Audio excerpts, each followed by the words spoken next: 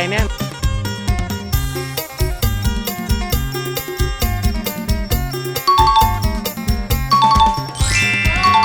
มดาวฟิวแล้วก็ยาตันในช่องพุทธเกษตรท้องถิ่นที่แนวครับครับเนาะก็นะครับผมนะครับก็มื้อนี้ยายตันได้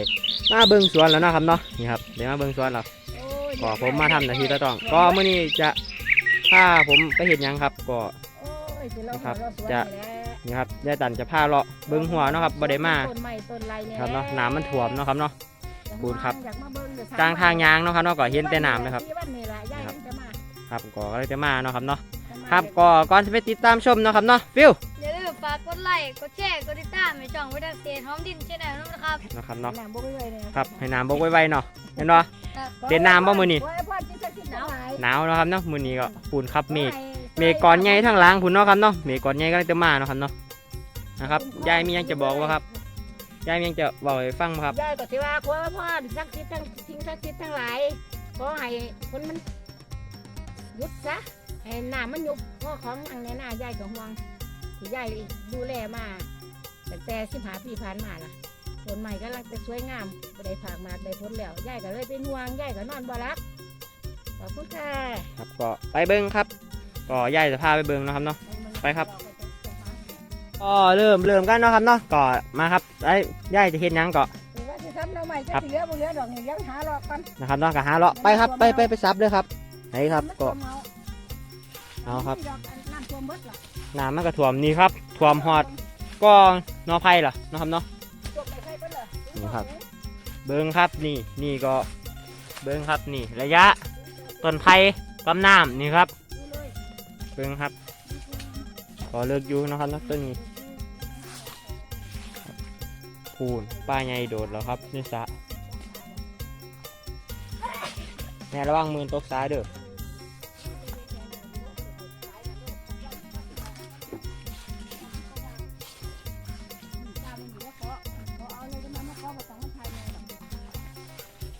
ก็ซับได้แหนงหน่อยแหนงหนึ่งกันตั้มอ่ะตั้มแห้ง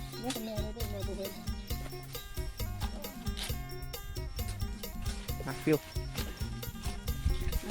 นะครับซับเบิ้งเนาะครับเอาน้องฟิวเป็นผู้ชมเนี่ยเดี๋ยวจับกล่องให้เอามียังเบาเลยรีวิวเนี่ยครับต้นไผ่นี่ครับลืมทายครับเด็ก3 4 5 6 7 8นอครับกินดิบได้บ่นี่บ่ได้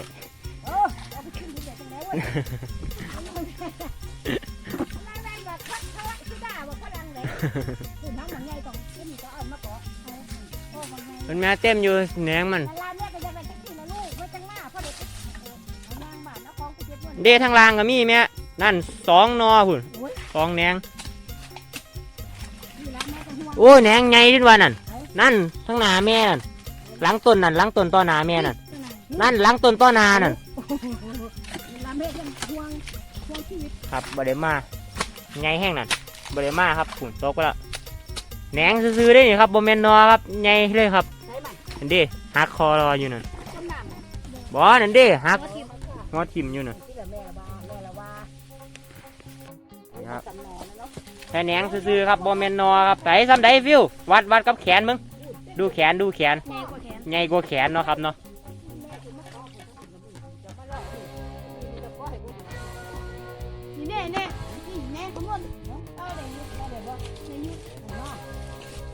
นี่ครับก็นี่ไปเรียบร้อยนะครับน้ำท่วมก็มื้อนี้น้ำขึ้นสูงแห้งนะครับเนาะสูงกว่าเมื่อวานผมมาเนาะครับเนาะครับซับน้องใหม่ซับใหญ่เงี้ยนะครับเนาะครับ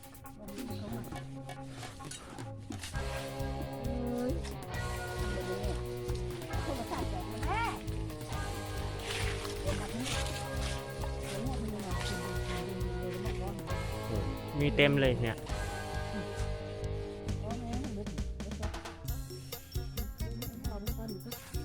นะครับเบิ้งสวนไปเลยเด็กก็มาซับนอใหม่ในน้ำเนาะครับเนาะครับค้างน้ำก็ท่วมเบิดละก็ซับพ่อให้ได้ ตัวได้ซับใดก็ออกเลยแม่เด้แม่ทึ่งๆหัวแม่เพิ่น เดี๋ยวมึงได้อย่างนี้ เด้เห็นบ่นั่น นี่บ่ แล้วก็อีกกันน้อยนึงดีกันนึงน้ำน่ะต้องหันนี่น้ำนี่ตรงนี้น้ แม่ก็ห้องที่ทุกแม่แม่ก็3 มื้อ3เทื่อนึงเนาะมันก็ต้องเต็มอยู่แล้วล่ะแม่เนาะมันก็ด่างหัวมันก็บ่ได้เนาะ ำมาพี่มาเกินนออะไรให้นี่เด้บักไงเกินหรอพูดแม่บักไงเลยแม่ยึงถึงเด้2 นอเกิดใหม่นอไงแม่นี่เด้ครับ2 นอเกิดใหม่เลยครับนี่ตัวนี้เกิดใหม่ตอนนั้นเกิดใหม่เบิดเนาะครับเนาะเบิ่งครับนางเกิดถ่วมเบิดเหรอนี่ครับเขามาในสวนเนาะครับเนาะนี่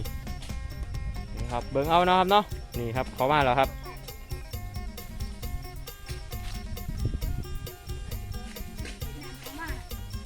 ก็เบิ่งครับ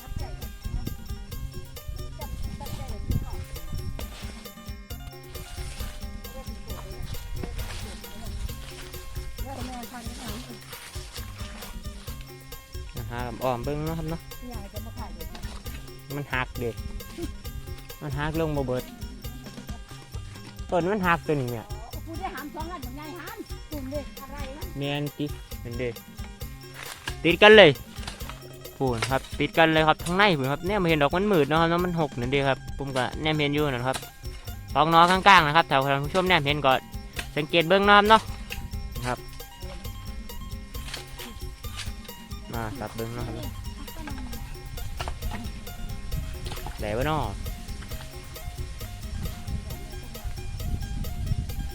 ปึ๊บเรียบร้อย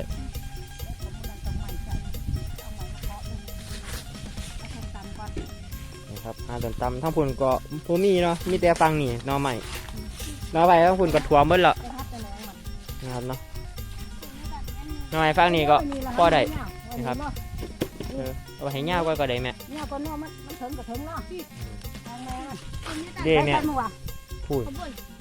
ข้างบนพุ่นแถวข้างบนแม่ต้องสังเกตเบิ่ง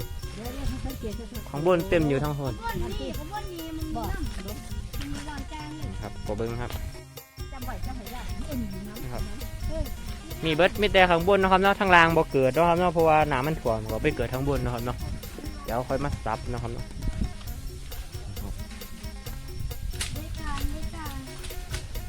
ครับก็ซับปุ๊บตกแปะลงมาแล้วก็ซับเบิดเนาะครับเนาะทิ้งไว้ก็เน่าได้อยู่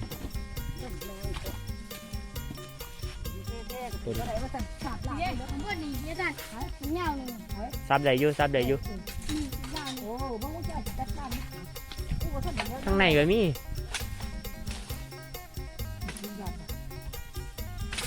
เดี๋ยวบ้านนอกเรียบร้อยได้แล้วแปะเข้ามา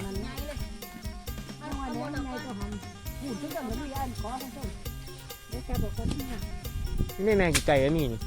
นี่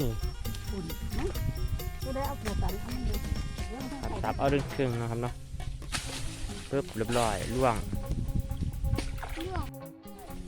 นะครับได้แล้ว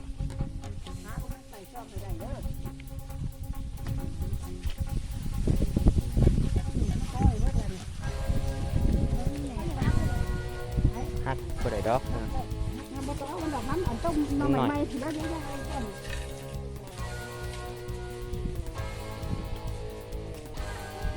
ตัวนี้น้อยปลามันบ่แม่นี่น้อยบานเนาะดงบงนี่น้ำกระถ่วมนะครับโซนนี่ก็ตัวนี้ก็ปั่นคู่ไว้นะครับเนาะเดี๋ยวน้ำมันเข้ามานะครับเนาะนี่ครับก็เปิดแล้วนะครับเนาะนี่ครับเป็นกลุ่มเลยนะครับต้องขึ้นเนาะครับเนาะแต่ว่าทั้งผุ่นแมนถ่วมเบิดเลยบนเรือทางยางเลยโอ้ทางนั้นเครือก็มีบางยางอยู่ไว้อยู่ครับก็จะไปเบิ้งทางผุ่นเนาะครับเนาะไปครับดูทางตังนี่ครับก็จะไปเบิ้งนอใหม่เนาะครับเนาะ จะล่มเลยมืออื่นก็ได้แม่มืออื่นบ่เดี๋ยวเขาส่วนฟุกมากพูนตรงไปพูดตรงแล้วเลี้ยวนี่ครับก็น้ำท่วมเลยครับบงนี้ก็เขามานะครับน้องยางหยากให้น้ำขึ้นสูงกว่าเมื่อวานเนาะครับเนาะมือนี้ว่านก็พ่อยางได้เท่านี้เนาะครับเนาะก็มือนี้เรียบร้อยเนาะครับเนาะหาย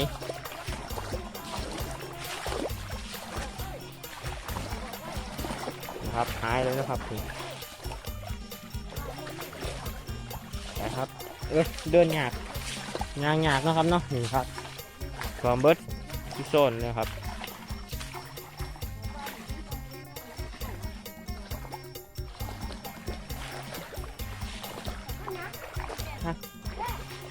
หางมิม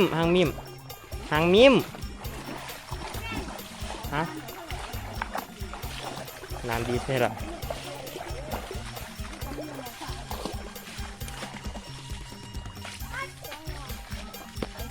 ครับมาถึงแล้วนี่ครับ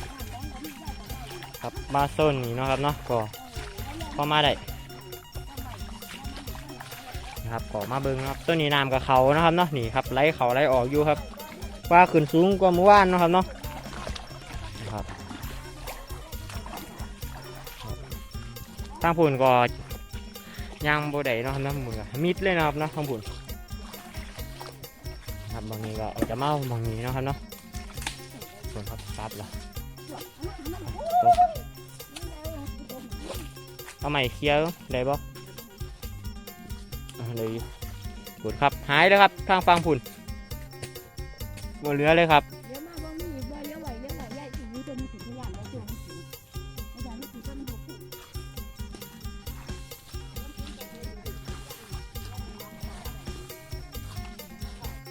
เบิ่งสวนโซนนี้เป็นยังไงครับนี่ โซนนี้ไม่ค่อยมีครับ โซนนี้ก็บ่ค่อยมีโซนนั้นก็บ่มีเนาะครับเพราะว่าน้ำท่วมไปล่ะน้ำท่วมเบิดเนาะครับเนาะบ่มีนะครับ ออกบ่ได้ นะครับ ออกกับข้าอยู่ นะครับเนาะ ออกกับข้าดิ้นอยู่ออกบ่ได้ ออกบ่ได้เนาะครับเนาะ ออกบ่ได้แล้วยุติแล้วน้ำบกคุณแล้ว ครับก็รอเบิ่งน้ำบกเนาะครับเนาะ บกเวลาจะออก นี่ครับ มันเกินแล้ว นะครับเกินละก็เป็นยังไงเนี่ยครับ โอ้ยเป็นยังไงเขาน่าเป็นห่วง เดี๋ยว น่าเป็นห่วงไอ้สิสาสิไว้แล้วน้ำเนี่ยก็มาเรื่อยอยู่ นะครับเนาะ ยายก็บ่ เดี๋ ทัน ยว หูว่าตัวใดยั่งตัวใด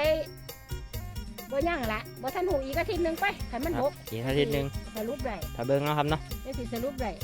นี่ครับ ถ้าว่าผลบ่มา ครับ ก็ ได้ ขอ ยินได้เท่าไรแถวโซนนี้ได้เท่าไรเบิ่งเนี่ย 3 หนอ สาม ตามแหง แหงเนาะครับเนาะ หนอไม่มีมีแต่แหนง นะ มีหยังจะฝากบ่ครับ ฝากกดไลค์กดติดตาม มึงน้ำ ครับ ขอกดแชร์ให้ช่องพุทธเสถียรหอมดินแล้วก็เป็นกำลังใจให้กันนำครับ น้ำต้นสวนบ่ถึงเวลา เอาครับยายมีหยังฝากก่อนปิดบ่ครับ ยายก็ฝากไว้รออาทิตย์หนึงก่อนจะสิสรุปได้นะคันบ่มีผล ครับแต่ แต่ ว่ามี น้ำ ค มัน น ก็มาเรื่อยอยู่ ครับมาเรื่อยก็ ว่ารถว่า หลายกว่าเมื่อวานนะครับเนาะ บ่ายของเมื่อวานอยู่หน่อยหนึง